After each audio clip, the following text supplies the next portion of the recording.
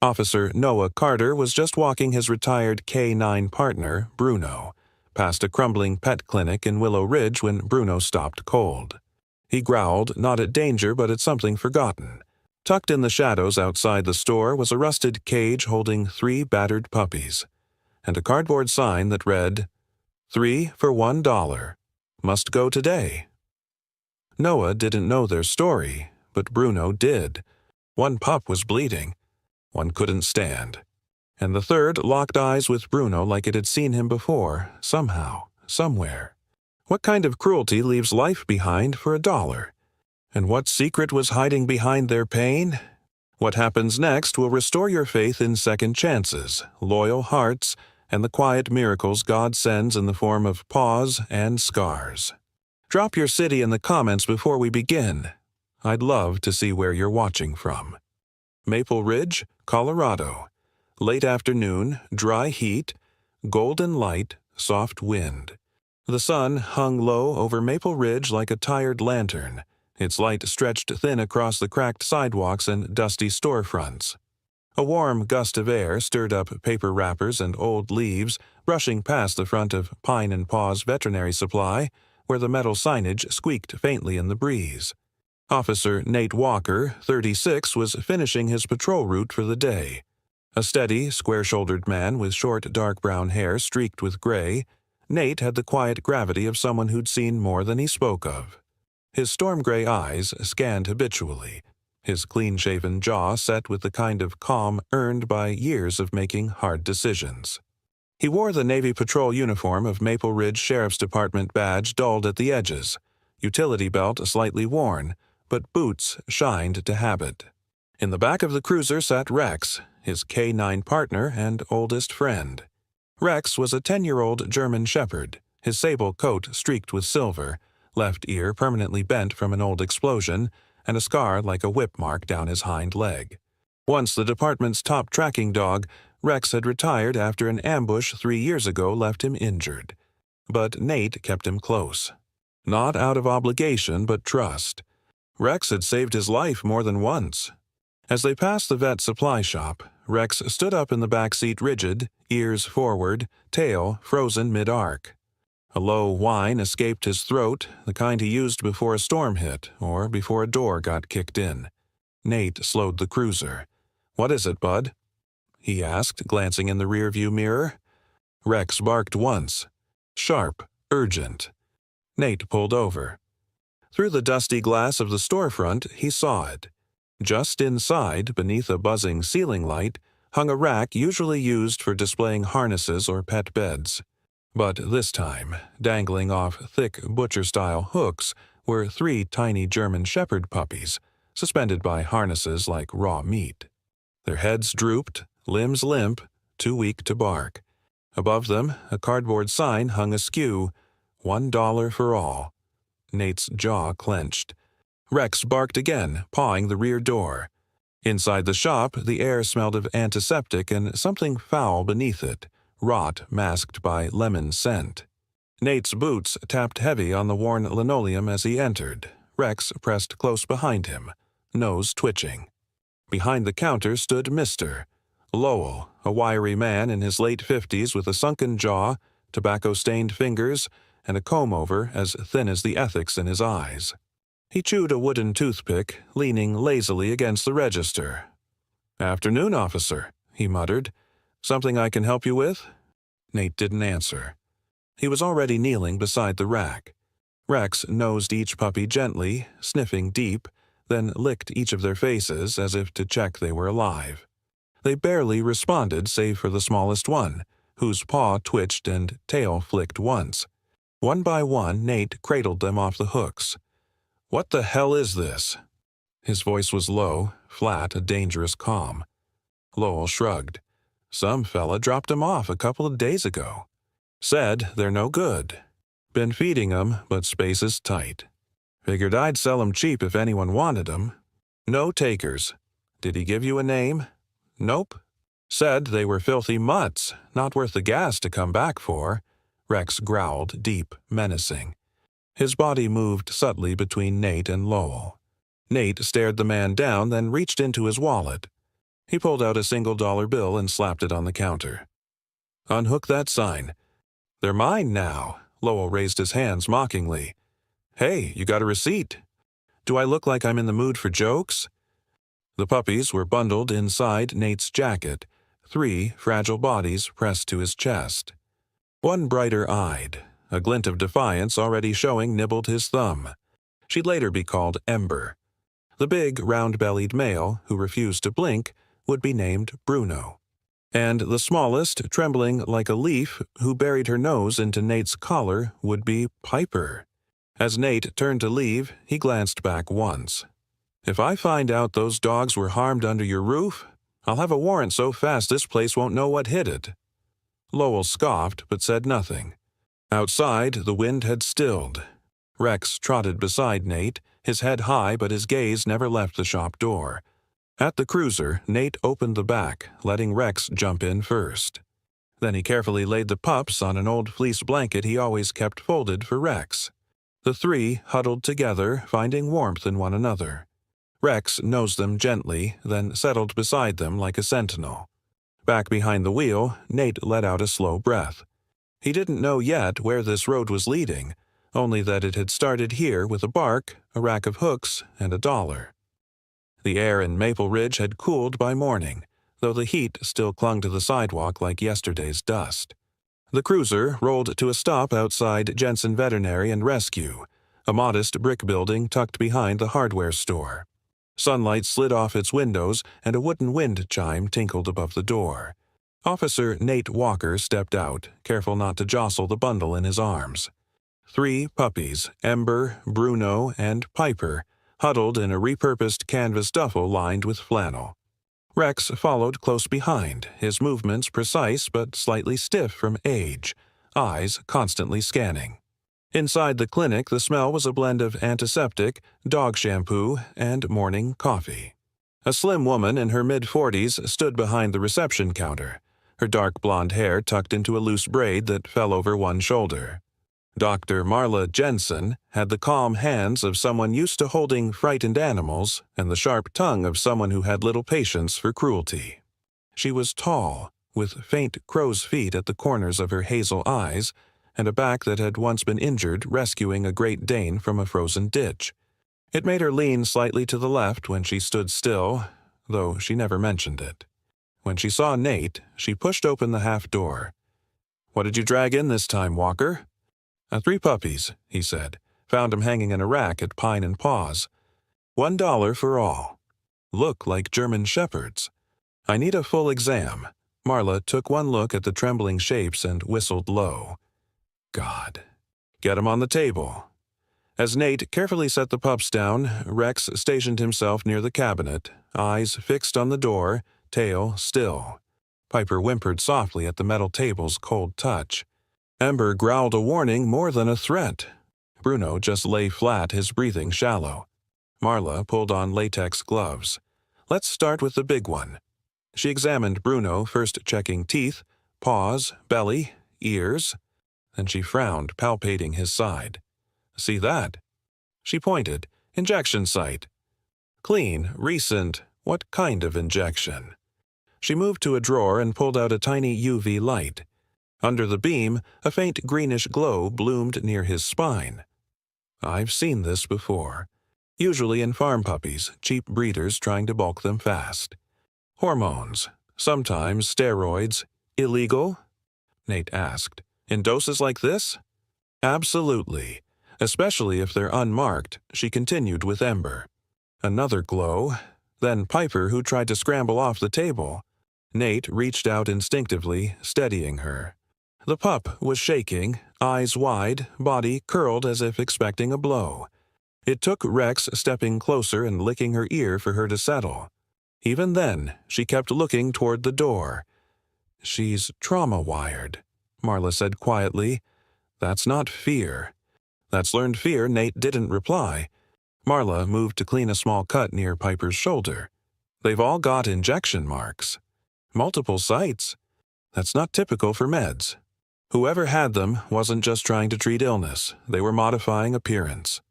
"For resale?" Nate asked. Marla nodded grimly. Sheenier coat, faster growth, better muscle tone. The black market breeders do it all the time to fetch higher prices. The side effects are usually deadly, especially for shepherds. They don't handle synthetic hormones well. Livers can't take it, Piper whimpered again when a scalpel tray clinked nearby. Loud sounds trigger her, Marla said, glancing at Nate. That's conditioning. Maybe punishment. Rex suddenly stiffened. His nose pointed toward the baseboard heater under the counter.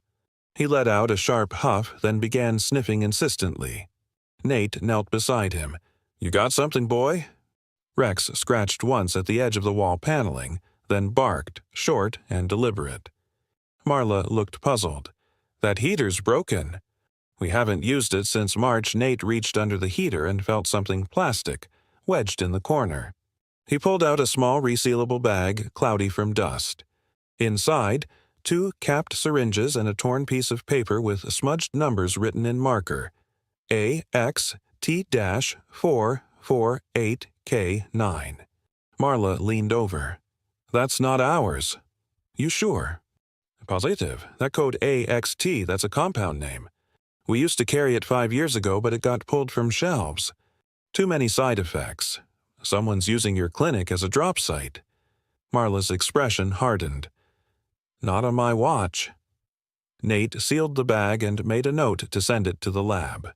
Piper crawled to the edge of the table and pressed her nose into Rex's fur. The old dog didn't move. Just sat still, letting her find what warmth she could. Marla sighed. They're not strays, Nate. They're remnants. Leftovers from someone trying to cut profit margins too tight. I've seen a few cases like this, different breeds. Same results. Usually they don't make it this long. Have you reported it? She nodded. Filed 2 reports. No follow-up. I'll file one that doesn't get buried, Nate said. He turned to Rex. You did good, old boy. Rex wagged his tail once. That was enough. Back in the cruiser, Nate secured the evidence bag, then glanced back at the 3 pups.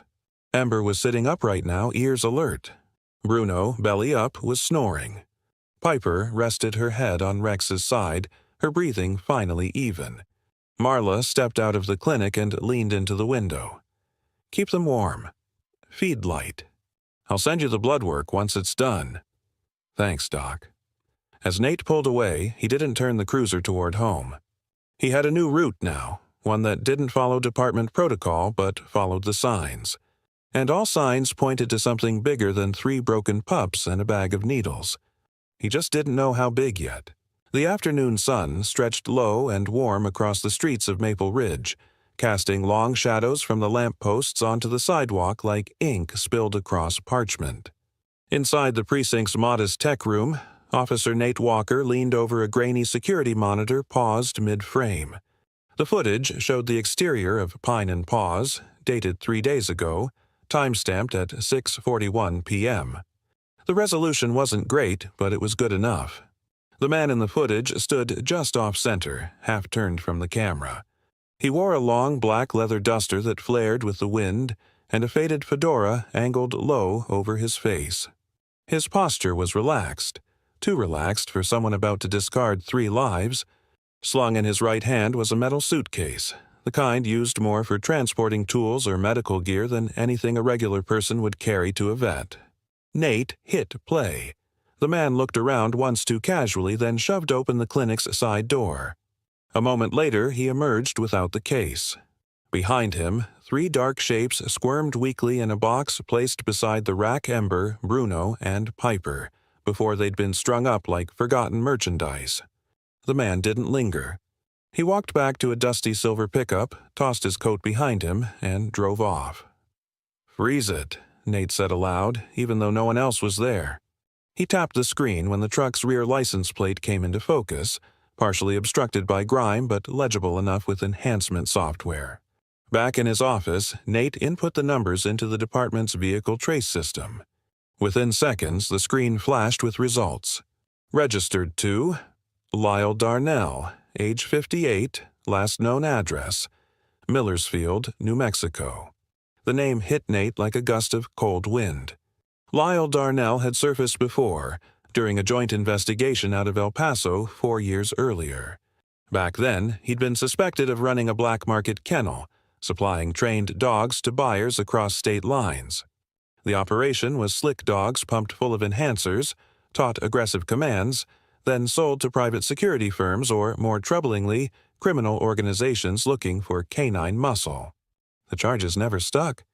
By the time the feds raided the compound, Darnell was long gone, and the evidence had conveniently disappeared. Nate opened the file and skimmed the notes. No prior arrests, multiple aliases. Known to use disposable phones. Traveled frequently between Arizona and Colorado. Always a step ahead. Rex let out a low growl from the corner of the room. "You remember him, don't you?" Nate said quietly.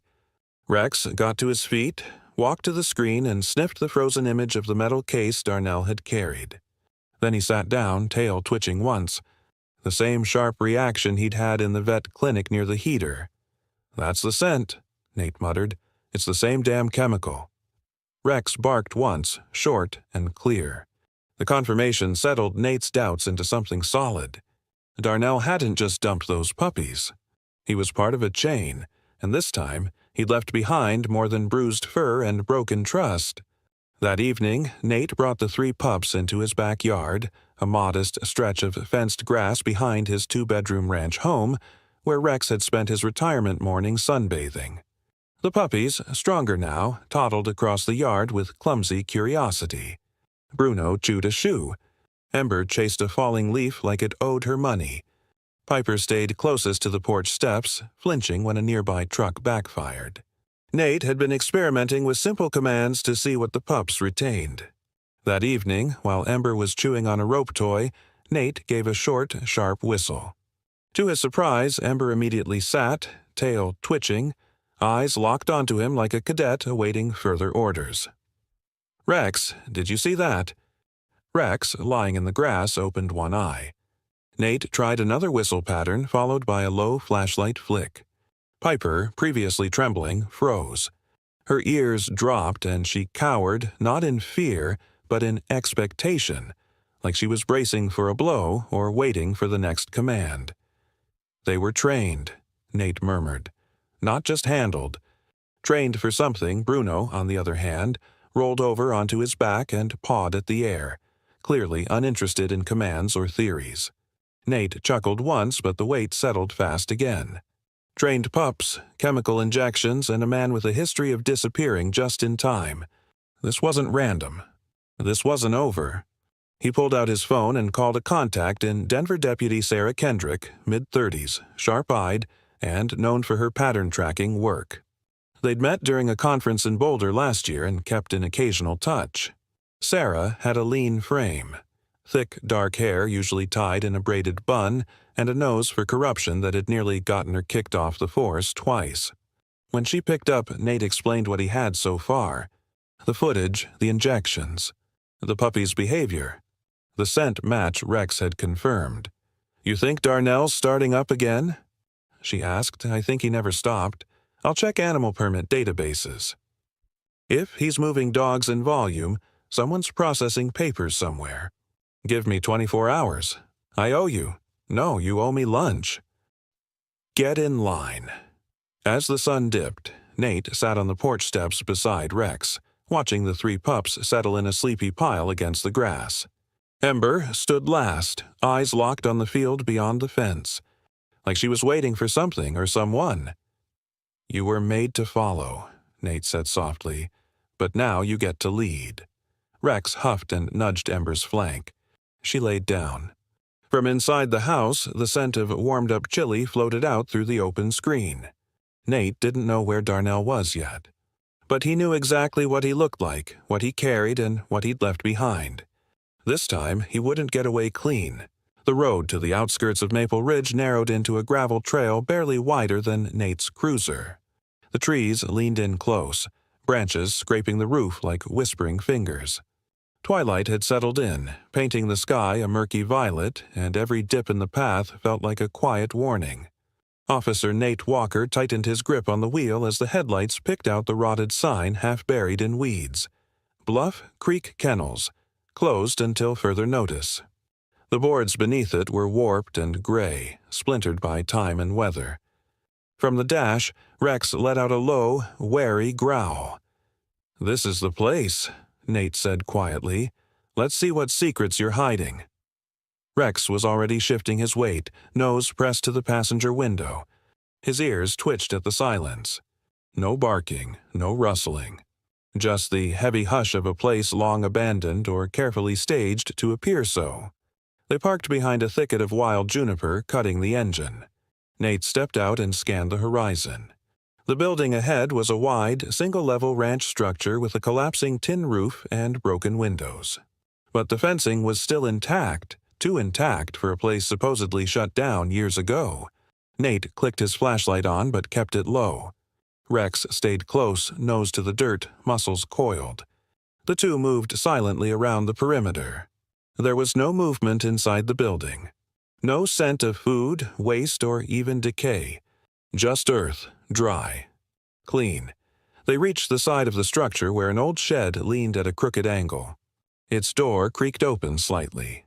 Rex paused, nose flaring, then let out a soft bark twice, the signal they'd used for potential danger. Inside the shed, the dust was thick, but the floor was scraped clean in one wide path. At the far end was a hatch set into the ground.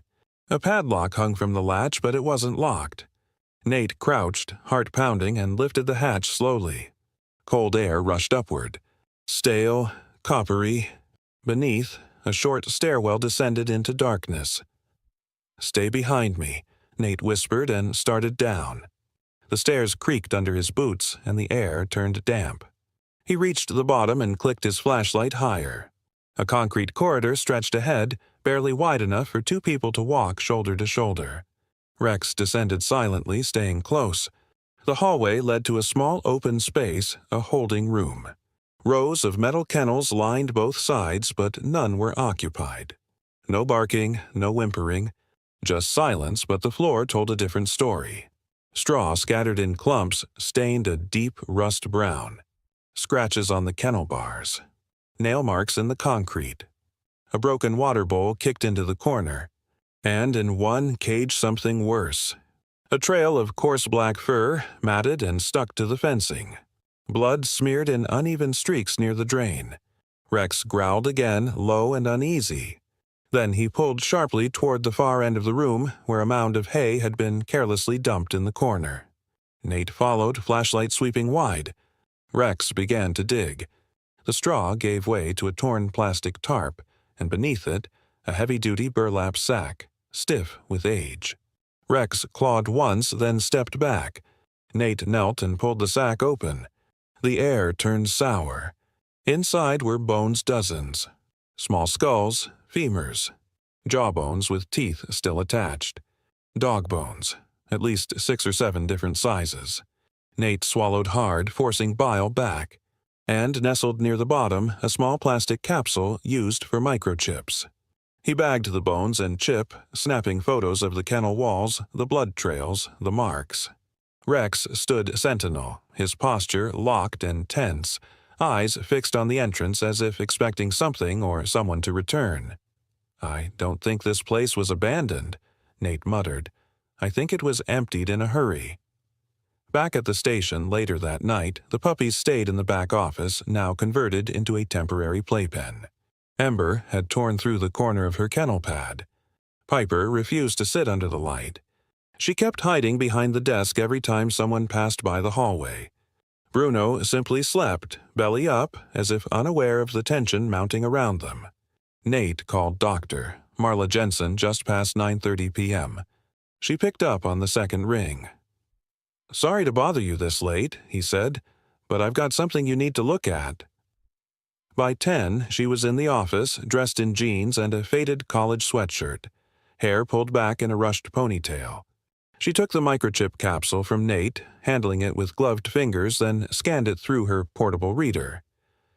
"Registration code found," she said. "Give me a second." She typed on her tablet, then froze. Nate leaned in. "What is it?" "This chip belongs to a dog named Jax. Registered K9 unit. 3 years ago..." Colorado State Patrol. "Wait," Nate said, breath catching. "That dog went missing in the raid. Same one that forced Rex into early retirement." Marla looked up, eyes narrowing. "So one of these puppies is Jax's offspring." Nate turned to look at the pen. Ember sat nearest to the bars, her stare steady and far too aware for a pup her age. "They didn't just breed any dogs," he said. "They bred K9s. "For sale," Marla nodded slowly. "And if they had Jax, they probably had others." Nate sat down hard on the edge of the desk. Rex came to rest beside him, placing one paw across his boot. It all clicked into place. Stolen K9s, forced breeding, hormone enhancement, black market training, and dogs either sold or discarded if they didn't perform. "This was a farm," Nate whispered, "a ghost kennel." And it wasn't quiet because it was empty. It was quiet because something terrible had already happened. The wind swept low across the chain-link fences of an abandoned construction site on the edge of Pine Bluff, a forgotten stretch of concrete where weeds broke through cracks like survivors. Floodlights flickered at the corners, too bright for the time of night, revealing just enough to make it feel legitimate and just little enough to keep the police guessing. Officer Nate Walker parked the rust-bitten van alongside a row of unmarked vehicles. His badge was tucked away in his boot. On the seat beside him, Rex shifted, disguised with a frayed rope leash, his normally brushed coat dusted with dirt. The bent ear, the scarred leg, those stayed the same. Nate exhaled and stepped out, leading Rex like a man with a mutt to sell or trade. He wore an oil-stained jacket, faded jeans, and a trucker cap low over his eyes. He looked the part. He needed to. From behind a nearby sedan, a woman stepped forward. Chloe Navarro, 34, was a special agent with the FBI's Organized Animal Trafficking Task Force.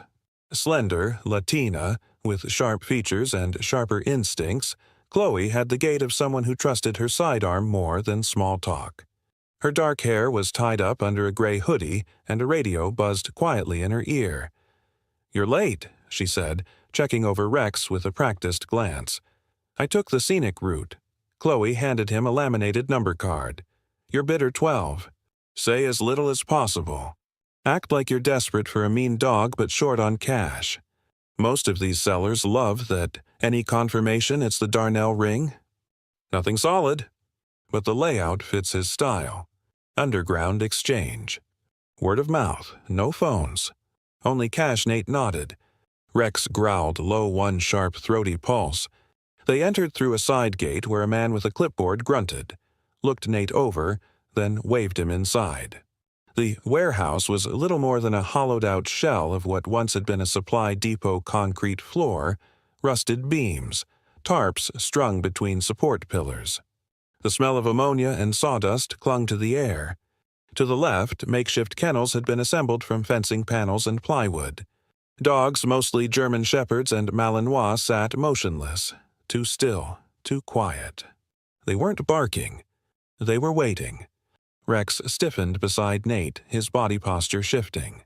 His tail dropped. His muscles tensed.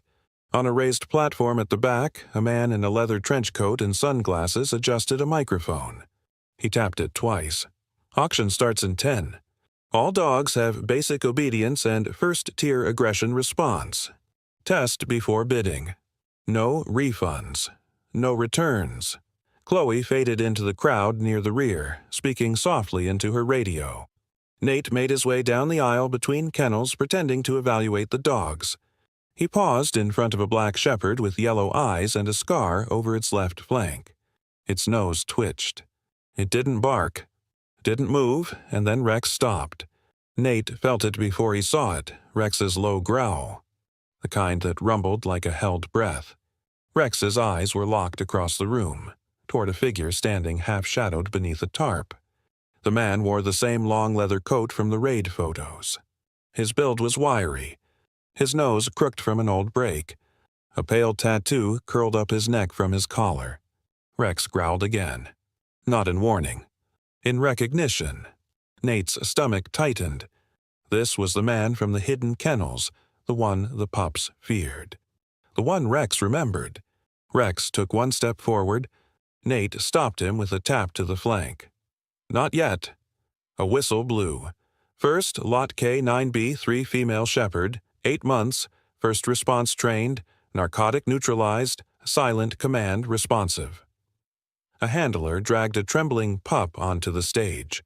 Nate's heart twisted. It was Piper's size. He looked to the holding cages and saw her. Not Piper, but nearly identical. The same wide eyes, same hesitant step. She responded to the handler's voice, flinched at the word. Casa. The same Spanish command Nate had heard Piper react to earlier in the week, her ears pinned, tail dropped, frozen in place. It hadn't been trauma. It had been training.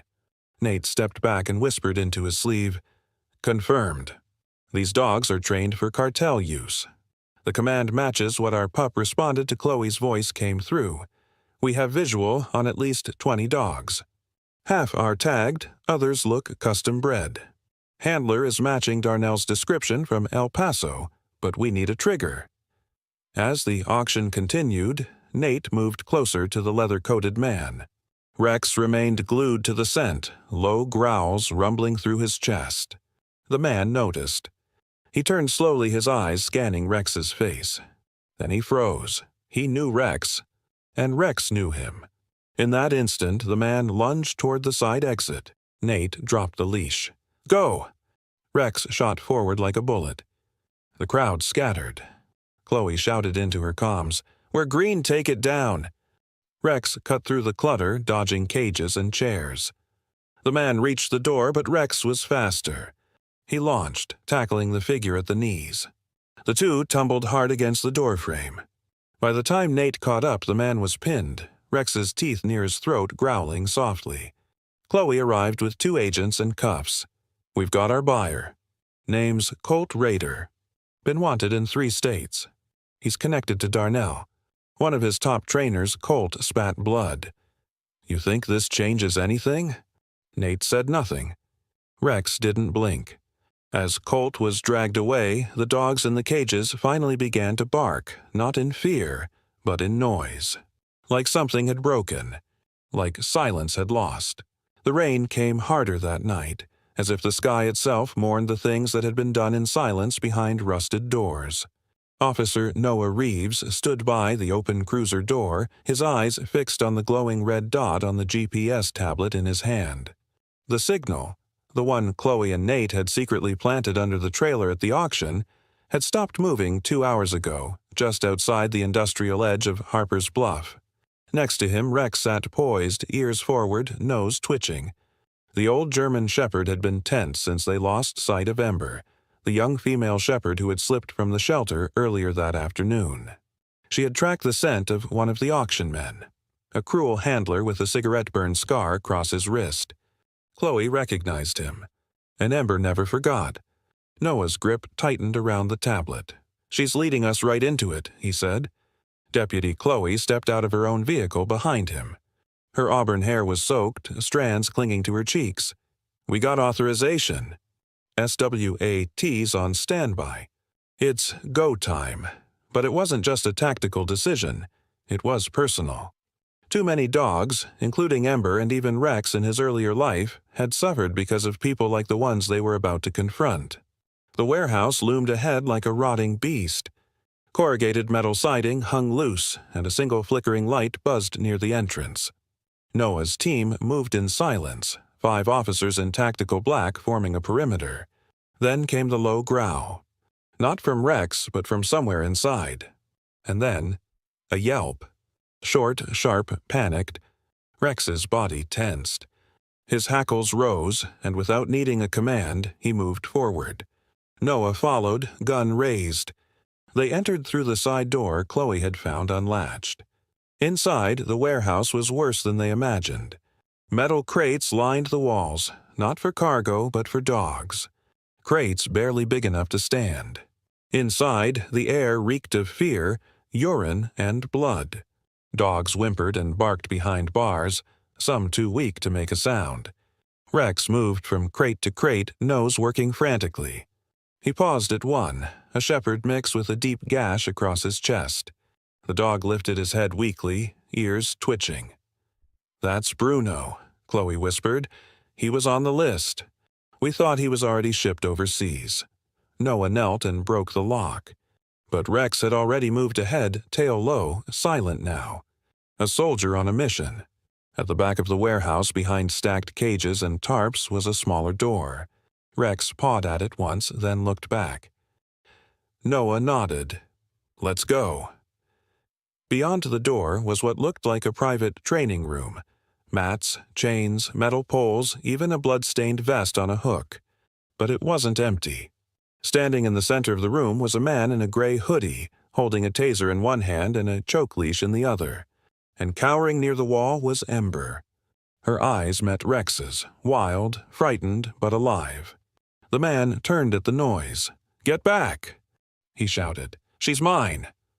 But before he could move, Rex lunged. The years melted off his muscles as he flew, jaws clamping down on the man's wrist with precision honed from training. The taser clattered to the floor. The man screamed, but Rex held just long enough for Noah and Chloe to subdue him. Ember didn't run. She slowly approached Rex, sniffed his shoulder, then collapsed beside him. Exhausted, safe. The rest of the night was chaos. Officers stormed in. SWAT swept the rest of the compound. They found 12 more dogs, most with signs of abuse or neglect. Piper was discovered in a crate near the furnace room, drugged but alive. Nate carried her out himself, tears streaking his muddy cheeks. Chloe cataloged every dog with trembling hands, documenting injuries and logging names. For the first time in years, she felt like she was doing more than just paperwork. She was restoring dignity to creatures that had only known pain. Noah, meanwhile, stood beside Rex as the medical team checked his jaw and paw. "You did good, partner," he whispered. Rex leaned against his leg, eyes already scanning the room for new threats. He was tired, but not broken, never broken. That same night, across town, a young journalist named Emily Crane received an anonymous envelope slid under her door. Inside was a USB drive labeled Sanctuary Records, Internal Use Only. It contained footage of the auction, including the faces of several local officials in attendance. Emily had once been silenced for exposing corruption in the animal shelter system, but this time she had names, faces, and proof. She picked up her phone and dialed. "Sheriff Lehman, it's Crane. I have something you'll want to see." By sunrise, the warehouse was sealed as a crime scene, and the dogs were en route to a veterinary facility in Cedar Valley. Chloe rode in the back with Piper and Bruno, while Ember curled up beside Rex in the K9 cage, finally sleeping. Noah drove in silence, glancing in the rearview mirror at Rex. He thought about how he found him, bruised, chained, silent in that corner of the flea market. And now here he was, protector, hero, leader. Some dogs are born with a heart too big for cages. The morning sun filtered through the broken blinds of the Pinecrest Precinct's K9 unit quarters, casting warm slats of light across the tiled floor. Nate Morgan, still in his sweatpants and an old academy hoodie, sipped black coffee by the window. His bruises from the raid were fading, but the deeper wounds, those left by betrayal, by the auction, by what the dogs had endured, remained. Curled up beside him was Rex, the 10-year-old German shepherd with a sable coat streaked with silver, one ear permanently bent, and a long scar down his hind leg. Once a hardened K9, now the steady heartbeat of this fractured pack. In a corner of the room, the 3 puppies Piper, Bruno, and Ember each showed signs of cautious hope. Piper, the smallest, was curled beneath an old wool blanket Rex had nudged toward her the night before. Her paws twitched slightly in sleep, but for the first time since being rescued, her body wasn't curled into a trembling ball. Instead, she lay stretched out, breathing softly, unafraid. Bruno, larger than his siblings and eternally eager, had taken to mimicking Rex's every move. That morning, he'd dragged one of Nate's house slippers from the front hallway, proudly placing it at the officer's feet with his tail wagging furiously. Ember, the most vigilant, sat upright near the back door, amber eyes fixed on the outside world. She had already barked once during the night when a raccoon scuttled past the fence. Nate hadn't even heard it, but Rex had a low growl in his throat, then silence. Ember, watching, learning.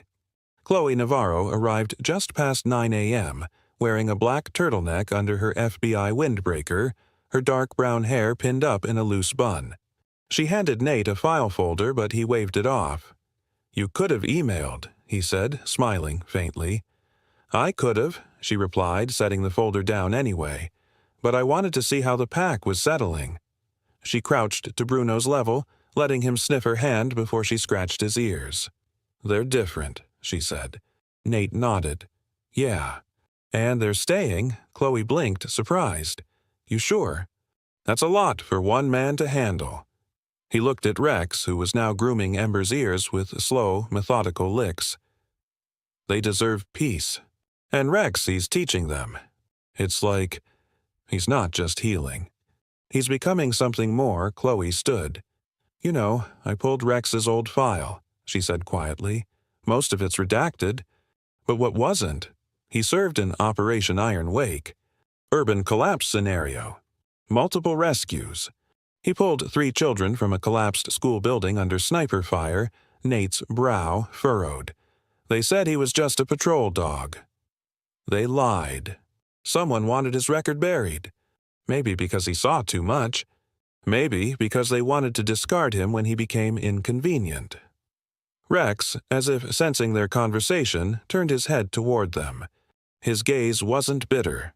It was calm, almost fatherly. "Whatever they tried to erase," Nate said, "he's rebuilding here."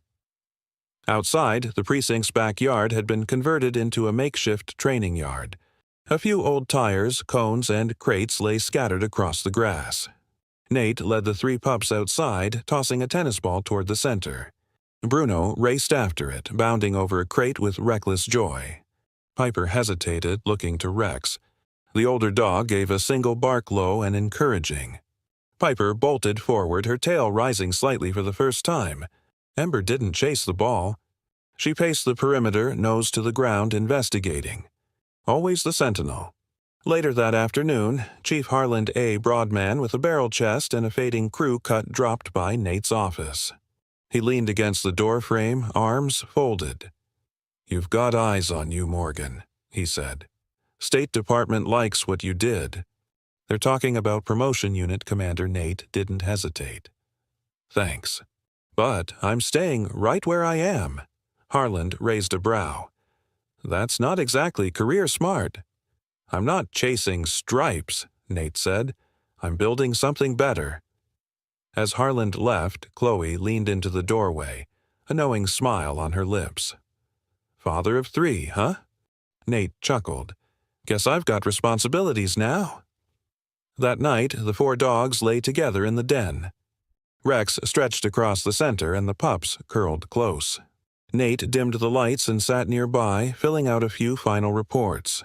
On the table beside him lay a small tag with freshly engraved names: Piper, Bruno, Ember, home. He picked up the tag and held it in his palm, then looked at Rex. "You're not alone anymore, old boy." Rex blinked slowly, then rested his head atop Piper's back. And for the first time in a long time, there were no nightmares, only peace. The first golden rays of spring broke through the misty dawn, painting Maple Ridge in hues of hope. Nate stood in the backyard of his modest cottage, surveying the wooden structure he had built with his own hands. It wasn't large, nor did it have locks or surveillance cameras. Just a simple wooden sign hung above the open gate. "Here, you are not for sale." The words, burned into the grain with care, were more than a message, they were a vow. Rex lay nearby on the porch, his head resting on crossed paws, his scarred leg stretched comfortably to the side. The 10-year-old German shepherd, with a sable coat streaked in silver and one bent ear, had seen more than most humans ever would. Now, his days of fear and battle were behind him, replaced by evenings filled with quiet skies and the sound of young paws stumbling in the grass. The 3 puppies, Piper, Bruno, and Ember, had grown quickly in the weeks since their rescue. Piper remained the most curious, often nosing through Nate's garden and trying to decipher human tools. Bruno, heavier built and slower, liked to nap beside Rex, occasionally mimicking his mentor's stoic watch. Ember, sleek and alert, had developed an uncanny ability to detect people even before the doorbell rang. Their wounds had healed, but the emotional scars would take longer. Yet here, in this home without locks, they were learning that love didn't come with a price tag. It was a Saturday when Sheriff Alden, a burly man in his early 50s with graying temples and a gruff voice, arrived unannounced. Despite his usual rigid demeanor, today he wore a dark blue dress uniform, polished boots, and held a velvet-covered box in his hand. "Hope you don't mind, officer," he said, tipping his hat to Nate, "but the town council has something to say." Behind him trailed a group of neighbors, townspeople, and fellow officers. Among them was young Jimmy Carr, no older than 10, with shaggy brown hair and nervous eyes. He held something tightly in his fist. Nate opened the gate fully, motioning them in. Rex, sensing the shift in energy, stood slowly and limped to Nate's side. "Rex," the sheriff began, clearing his throat, "what you did, what you continue to do for this town, for our people, it deserves more than a plaque. It deserves our trust." With that, he opened the velvet box to reveal a brass medallion engraved with the words, "Guardian of Maple Ridge." The symbol of the town's crest shimmered underneath. Sheriff Alden bent down and clasped the medal gently to Rex's collar. But it was Jimmy who stepped forward with trembling hands, reaching into his pocket to pull out a simple leather collar. The boy had once been pulled from a freezing drainage ditch by Rex's jaws, after running from a drunken stepfather.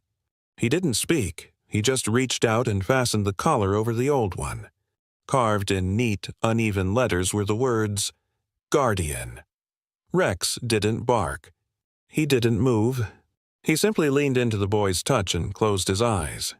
Later that afternoon, Piper, Bruno, and Ember chased each other under the birch trees while Nate spoke with Chloe Navarro, the FBI agent who had helped dismantle the underground dog auction ring.